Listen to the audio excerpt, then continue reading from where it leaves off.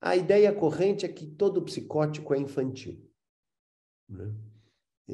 A própria imagem, dentro do campo fenomenológico, o que é também um perigo quando tomamos só a imagem para conseguir determinar como é que aquele diagnóstico se oferece.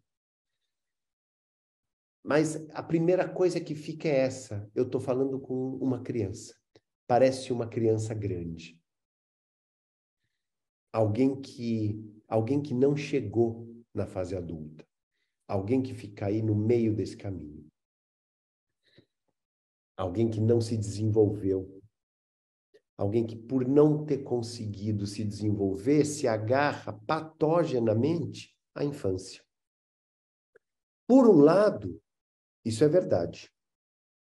Por um lado, o que nós temos aí é um modo do infantil, e esse é um ponto importante, vejam, do infantil não significa infantil, ou seja, não significa nem criança, nem a infância estando presentes.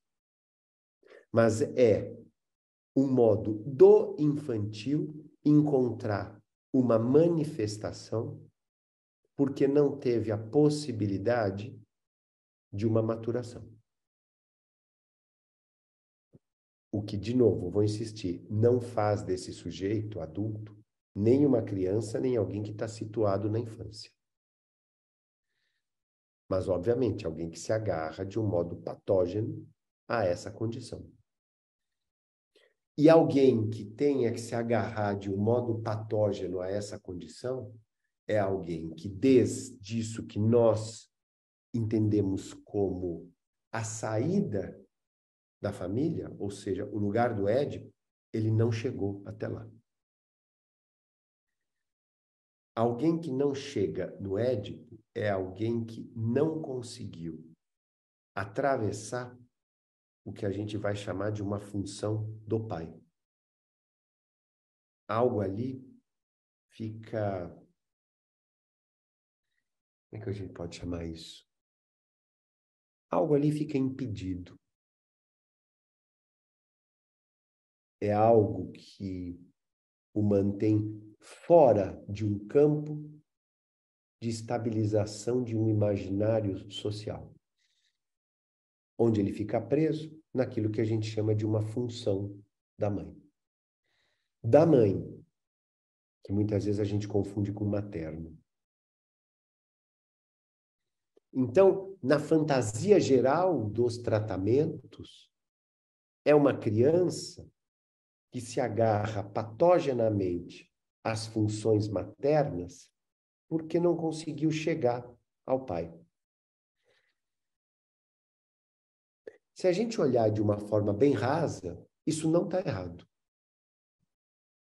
Mas o problema é que se a gente se mantém preso a esta forma rasa, o tratamento vai sofrer um tipo de revés que vai dar bem errado.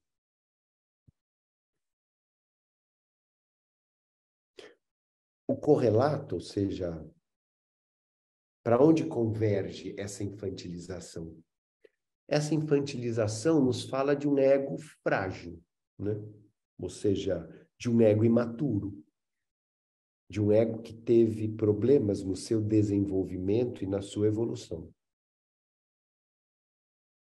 E isso é muito interessante porque, principalmente no campo das psicoses, que muitas vezes são confundidas com outras síndromes e com outras debilidades, com outros problemas mentais, porque é quase como se ficasse a psicose algo que entra em determinada síndrome, entra em determinado problema e ali se instala.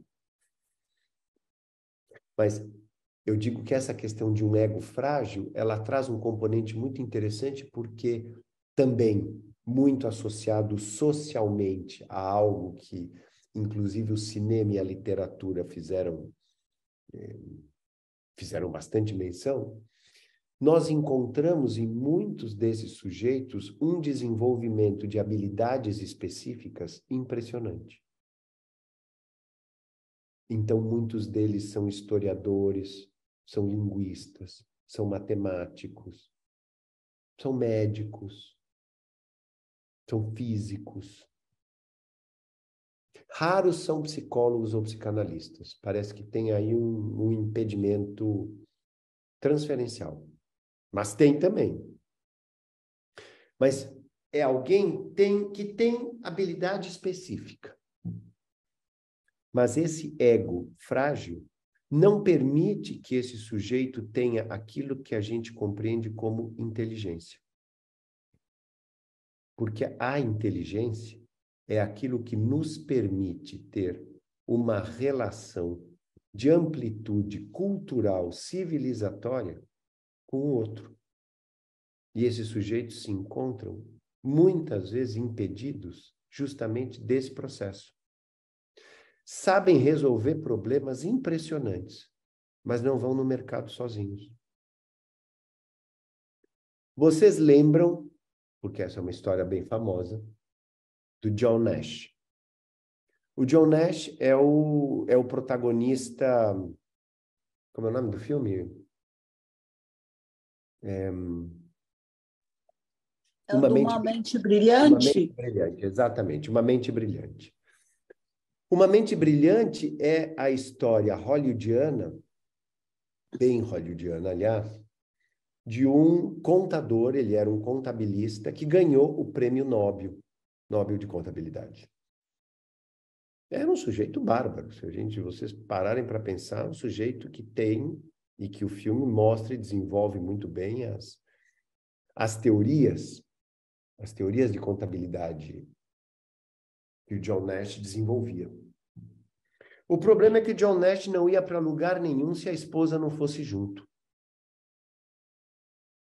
E os dois morreram num acidente de táxi juntos. Há não muitos anos. Então, entender um ego frágil é entender um ego que tem suas relações prejudicadas. E não suas habilidades específicas postas ali em xeque. Porque isso é algo muito comum. As famílias viram para nós e falam assim, não, mas ele ou ela, ele é muito inteligente. Você já olha, bom, então me traduz inteligente, porque isso tem muito mais a ver com o ideal dos pais projetados sobre aquela pessoa do que, de fato, da condição daquela pessoa de lidar com o mundo à sua volta. Inteligência é isso, é como eu consigo lidar com o mundo ao meu redor. Por isso, eu já adianto que, apesar do mecanismo de defesa da psicose ser a foraclusão, todo psicótico tem que se haver com a castração. O problema é o que é que ele faz quando ele tem que se haver com a castração. O que acontece justamente nesse encontro com a castração.